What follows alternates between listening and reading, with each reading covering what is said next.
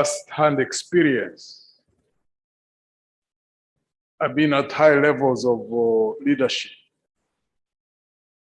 I commanded an army.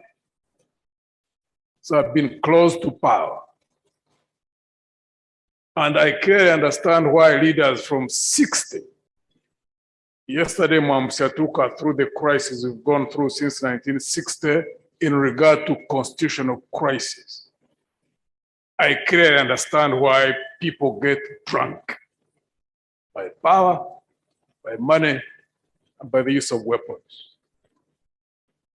It is very clear to me from my observations and interactions I get in the political arena where we operate from, that right now, if you got a team that would take power, out of 10 people of those who would have taken power, I have a feeling like within 3, 4, 5 years, 7 to 8 would have become drunk. I highly doubt whether you can get 2 or 3 people in this country now who can withstand the power of weapons. Most likely 7 or 8 would have developed the sense of entitlement like we developed. If someone is saying, if not 9, possibly.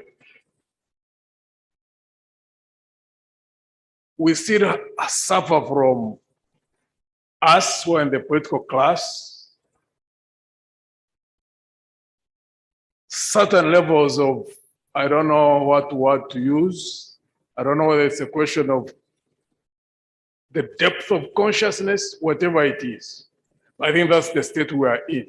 And therefore, there's no way I could ever join any group going to fight.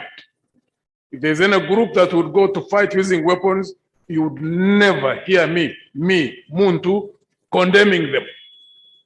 But I know what they would become the moment they take power. I'm not going to take that route again. 2,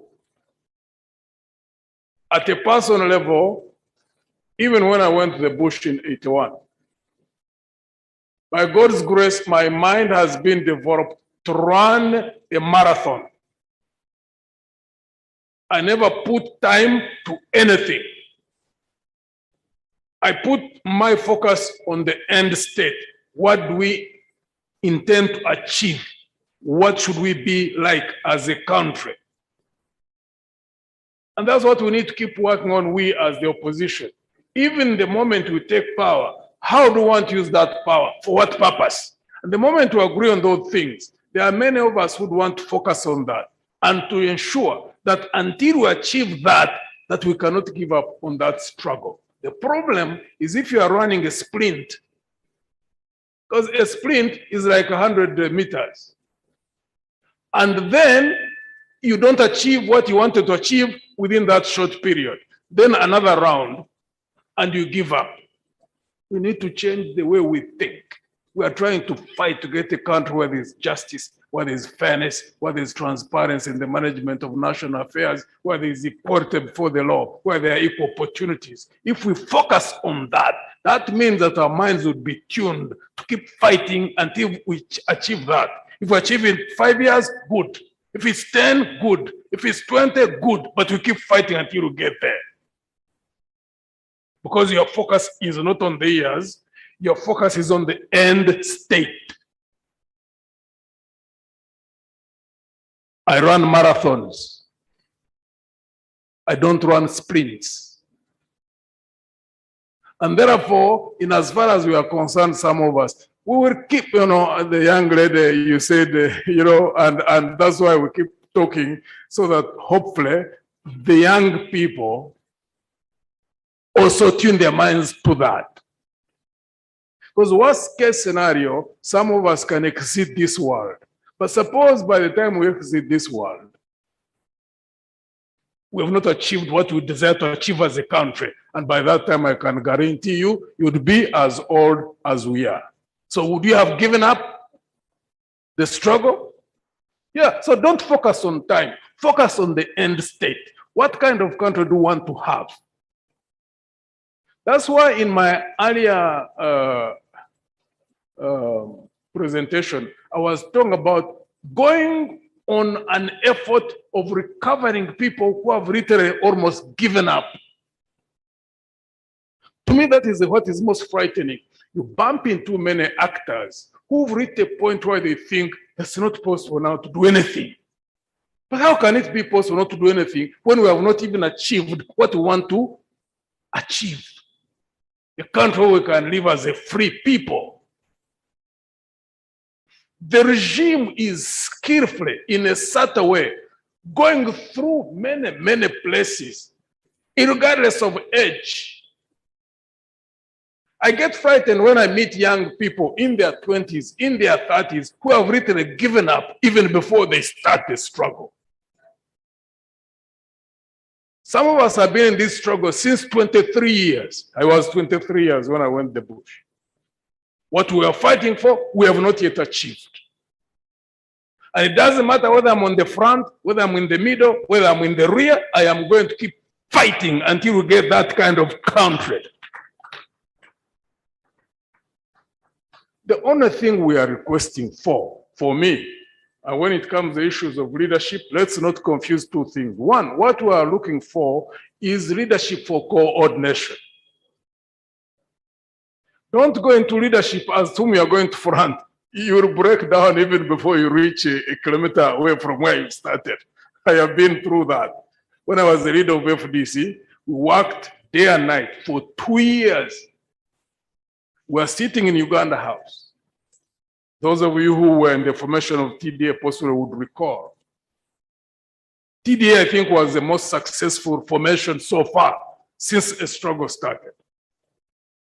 There was a lot of effort and skills applied to bring together political parties to act as one, to bring civil society on board.